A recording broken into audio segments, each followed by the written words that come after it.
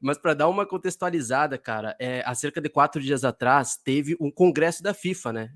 Que foi basicamente, entre outras coisas também, para reeleição do Gianni Infantino, que era o cara que não teve oposição, né? Até aí, né, vai ficar com o presidente até 2027, não teve concorrente, foi mais uma formalidade. Até aí, beleza.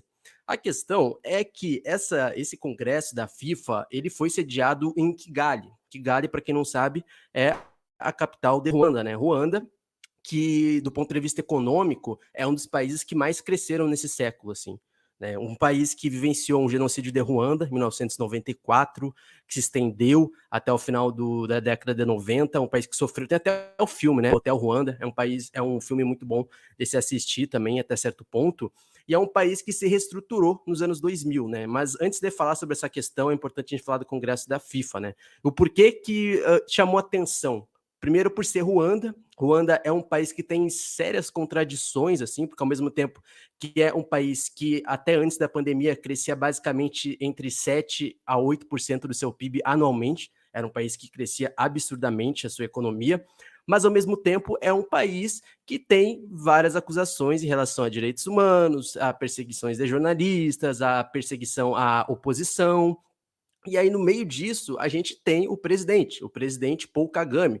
Paul Kagame também, que tem também uma ligação ali nessa espécie de reestruturação de Ruanda pós genocídio de Ruanda, né? Ele assume em 2000, em 2000 ainda, o primeiro presidente, no caso ele ali, pós-genocídio, ficava cerca de 7 anos, se eu não me engano, e depois mudou a Constituição para variar, né? Em alguns países africanos mudou-se a Constituição, teve um referendo com mais de 90% de votos, inclusive tem isso, né? O Paul Kagame, ele é um dos presidentes mais adorados do mundo, né? Porque todo democrático, digamos assim, em Ruanda, ele tem mais de 90% dos votos. É um ser muito adorável em Ruanda. Eu queria ser realmente tão adorável quanto Paul Kagame em Ruanda, ter tanta popularidade, digamos assim, né? Mas aí é o seguinte, cara, primeiro, teve um investimento e vem tendo um investimento muito forte na capital de Ruanda, né? Por exemplo, a FIFA gastou, ou melhor, investiu 5 milhões de dólares somente para sediar o evento, o Ruanda, perdão, gastou 5 milhões de dólares somente para sediar o evento da FIFA. E a gente já tem o histórico de Ruanda também com o lance do spot wash, né? O famoso vizinho. Como é que gastou 5 milhões em um evento só? Estou me perguntando aqui, né? Que buffet caro da porra, né? Não tem explicação um negócio desse. Mas se E explica, aí é que né? tá. Aí é que tá, a gente entra num ponto importante da política internacional, da política externa, perdão, de Ruanda. Ruanda é um país que é um país pequeno, é um país, por exemplo, que faz fronteira com a República Democrática do Congo, que é um país bem maior. Então, assim, é um país pequeno, é um país um pouco mais fechado, mas é um país que tem um Paul Kagame que depende muito desse apoio externo e desses conchavos com o Ocidente.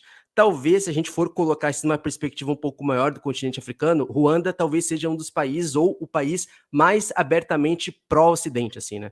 Tanto as relações que tem com o Reino Unido, como o fato de ganhar dinheiro, né?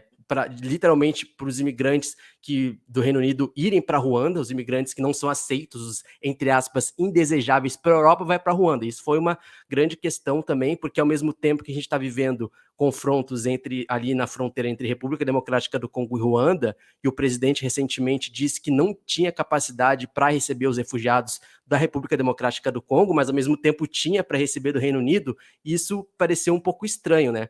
Mas a questão é que Ruanda novamente está nesse cenário da geopolítica do esporte, né? Já tem, depois o Carlos pode explicar melhor a questão com o PSG, com o Arsenal. O Paul Kagame é um torcedor fervoroso do Arsenal também. Se você colocar no Twitter, vai ver ele falando mal de algum jogador do Arsenal alguns anos atrás. E ele é uma figura assim, entendeu? Ele é uma figura que ele de reestruturar.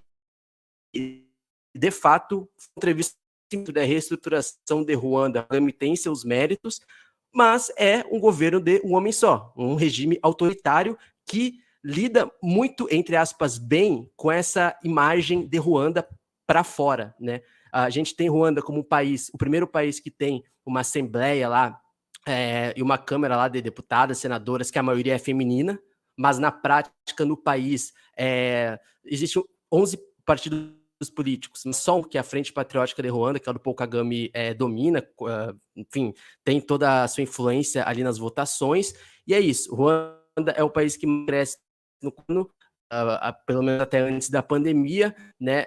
Teve uma reestruturação com o Paul Kagame também, né? Que faz parte também da etnia Tutsis, né? Que foi uma das etnias que tiveram o genocídio de Ruanda também. Ele é um ex-combatente também, né? Então, mas ao mesmo tempo ele é esse cara que utiliza a Ruanda para também a sua imagem própria, mas, por exemplo, é um país que depende muito de ajuda internacional. É um país que, por exemplo, o financiamento de saúde em Ruanda é extremamente financiado pelos Estados Unidos. E aí sempre fica aquela dúvida, como é que será a Ruanda após Paul Kagame, né? Que é um cara que tem ligação com vários países aí do Ocidente, ligação com a França, com os Estados Unidos e etc., mas quando a gente fala de direitos humanos, liberdade de imprensa, Ruanda é um país extremamente problemático.